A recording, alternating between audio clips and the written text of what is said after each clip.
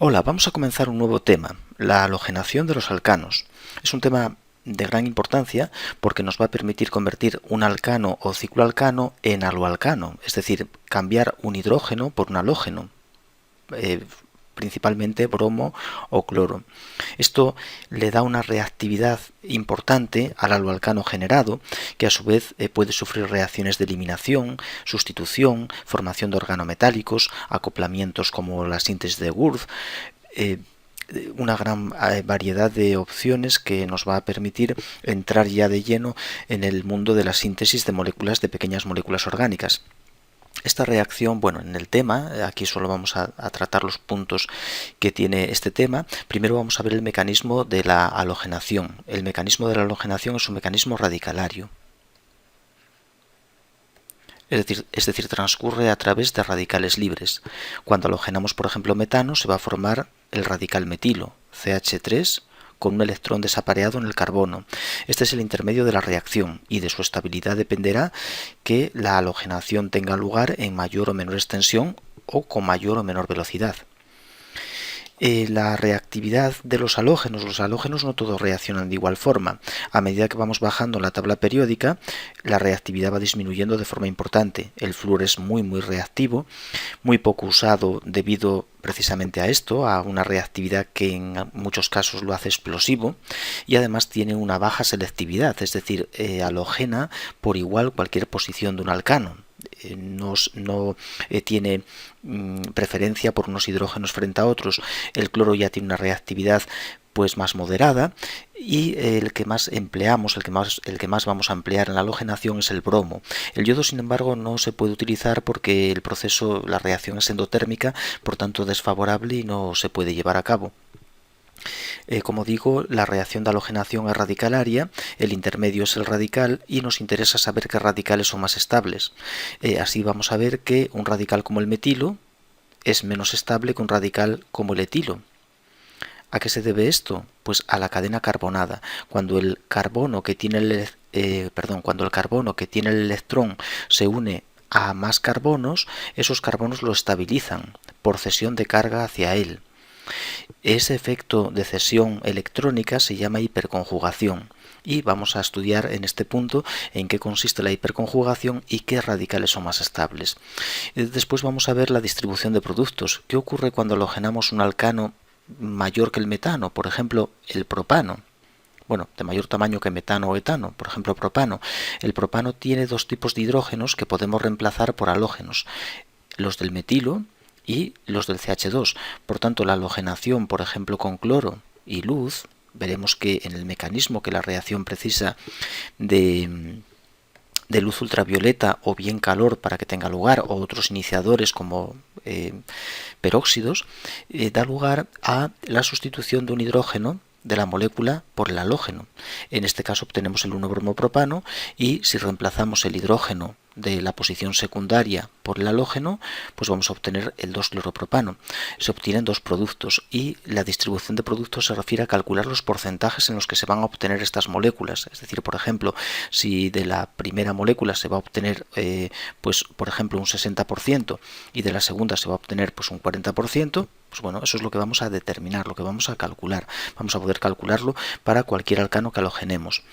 Reacciones de polialogenación. La reacción de halogenación se controla mal. Cuando ponemos metano en presencia de, por ejemplo, cloro con luz ultravioleta, pues inicialmente se forma clorometano, pero la reacción tiende a proseguir para formar diclorometano, triclorometano y tetracloruro de carbono. No es fácil de controlar y se tienden a formar productos polialogenados. Vamos a ver un poco la razón de ello y hacer alguna cuestión acerca de los agentes de halogenación. Pues los agentes de halogenación, bueno, el flúor apenas se usa como agente de halogenación, se emplea el bromo y el cloro, aunque el bromo es caro, el cloro es tóxico. Entonces hay otras opciones como por ejemplo la N-bromosuccinimida. Para halogenar con bromo se puede usar esta molécula que recibe el nombre de N-bromosuccinimida. También la tenemos con cloro, la N-clorosuccinimida. Y también se usa, por ejemplo, para halogenar con cloro, el cloruro de sulfurilo. Cloruro de sulfurilo permite halogenar con cloro. Son otros agentes de halogenación que se emplean en el reemplazo de hidrógenos por halógenos. Bueno, quizá al principio se me olvidó indicar que la reacción que vamos a estudiar pues consiste en la reacción de un alcano con un halógeno, cloro y bromo principalmente, en presencia de luz, aunque también se pueden utilizar peróxidos como iniciadores.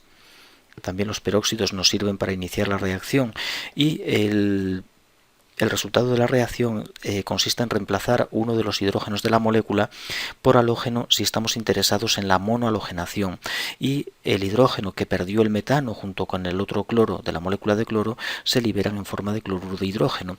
Esta es la reacción global que vamos a estudiar con detalle. El primer punto, que va a ser el siguiente vídeo, es el mecanismo. ¿Qué mecanismo tiene esta reacción con su diagrama de energía correspondiente? Y después, a continuación, vamos a comparar los diferentes halógenos según su reactividad para ver por qué el flúor es tan reactivo y el yodo no consigue reaccionar. Y después ya por fin trabajaremos la estabilidad de los radicales y calcularemos la distribución de productos formados en esta reacción de halogenación. Y también comentaré, bueno, voy a aprovechar ahora para comentar la gran importancia que tiene cuando tenemos un alcano halogenado, es decir, un haloalcano.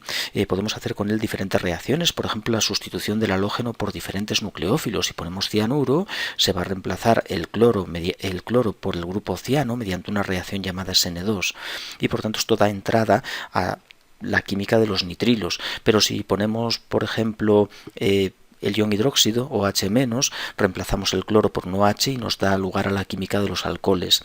Después también podemos realizar reacciones de eliminación. Eso precisaría una cadena mayor con un carbono más al menos, y también podemos hacer reacciones de formación de organometálicos. Si añadimos limaduras de magnesio al alcano en una atmósfera de nitrógeno, observamos la formación del MgCl, que es un fantástico nucleófilo, un organometálico, un magnesiano, fantástico nucleófilo capaz de atacar a diferentes electrófilos, como puede ser, por ejemplo, el dióxido de carbono, para formar un ácido carboxílico.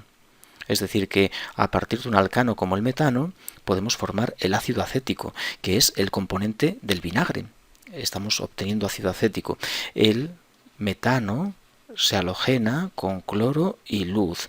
Mediante magnesio en éter formamos el magnesiano, que es capaz de atacar al dióxido de carbono para formar un ácido carboxílico. Ahí ya vamos intuyendo la gran capacidad y la facilidad con que la química orgánica obtiene productos a partir de moléculas relativamente sencillas. Bueno, esto es todo.